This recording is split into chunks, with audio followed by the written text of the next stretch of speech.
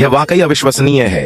कबाड़ हो चुके टायरों से भी तेल निकाला जा सकता है। सामने जो यह धुएं से भरपूर विशालकाय बेलनाकार मशीन दिख रही है, वही इनका तेल शुद्ध करने वाला यंत्र है। पूरा प्रक्रिया देखने में तो आसान लगती है और सच्चाई भी यही है कि इसमें ज्यादा कठिनाई नहीं है, सिवाय इसके कि इसमें जान की जोखिम थोड़ी ज्यादा है। पर इससे पहले कि तेल निकाला जाए, वे इन कबाड़ी टायरों को काट छांट कर छोटे टुकड़ों में तोड़ते हैं ताकि वे बेलन में अच्छे से समा सकें। अब ये काम कितना जोखिम भरा है, ये आप इन कुछ मेहनतकश नौजवानों को देखकर समझ सकते हैं, जिनका पूरा शरीर कालिक से भर गया है और जिनका पसीना मिट्टी में घुलकर एक परत बन चुका है। कहते हैं कि जो मेहनत से नहीं डरता वही जिंदगी की सच्चाई से नहीं डरता। जो दुख सहे सो सुख पाए, दुख में ही सच्चा जीवन आए। ये मजाक में कही जाने वाली बात यहाँ एकदम हकीकत बनकर सामने आ रही। जब बेलन पूरी तरह भर जाता है तो इसका दरवाजा मजबूती से बंद कर दिया जाता है। इसी के साथ एक और नौजवान नीचे के भट्ठी में लकड़ियाँ डालने लगता है। इनका तेल बनाने का तरीका बेहद सीधा है, बस लकड़ियों से पूरा भट्ठी भर दो ताकि बेलन को समान रूप से गर्मी मिल सके और फिर आग लगा दी जाती है। जैसे ही मशीन चालू होती है, बेलन धीरे धीरे घूमना शुरू कर देता है।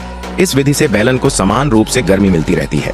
करीब 500 से 600 डिग्री सेल्सियस तक के उच्च तापमान पर टायर अंदर से पिघलने और टूटने लगते हैं और धीरे धीरे तरल रूप लेना शुरू करते हैं। ये पूरी प्रक्रिया दिन रात लगातार चलती रहती है। अगले दिन जब भट्ठी की आग बुझ जाती है और तापमान गिरने लगता है तो टायर 3 अलग अलग प्रकार के पदार्थों में बदल जाते हैं। इनमें पहला होता है तेल, जो पाइप के जरिए नीचे बने तेल टैंक में पहुंचाया जाता है। दूसरा होता है टायर के रबर से निकला काला कार्बन, जो सबसे मुश्किल और गंदा हिस्सा होता है। इसे साफ करना बहुत कठिन है। कुछ नौजवान इसे हटाने के लिए बिना मास्क के ही लग जाते हैं, क्योंकि यहाँ मास्क भी बेकार हो जाता है। तीसरा पदार्थ होता है टायर के अंदर का स्टील वायर। उसे लोहे के हुक से खींचकर मशीन की मदद से बाहर निकाला जाता है। हालांकि इस प्रक्रिया से निकला तेल अब भी सीधे इस्तेमाल नहीं किया जा सकता। यह केवल कच्चा भारी तेल होता है। इसे दोबारा रिफाइन करने के बाद ही असली पेट्रोलियम में बदला जा सकता है और फिर आगे शुद्धिकरण के बाद इसमें से पेट्रोल और डीजल बनता है। जैसा कि हम जानते हैं, तो आप बताइए, आपको यह तेल निकालने का तरीका कैसा लगा?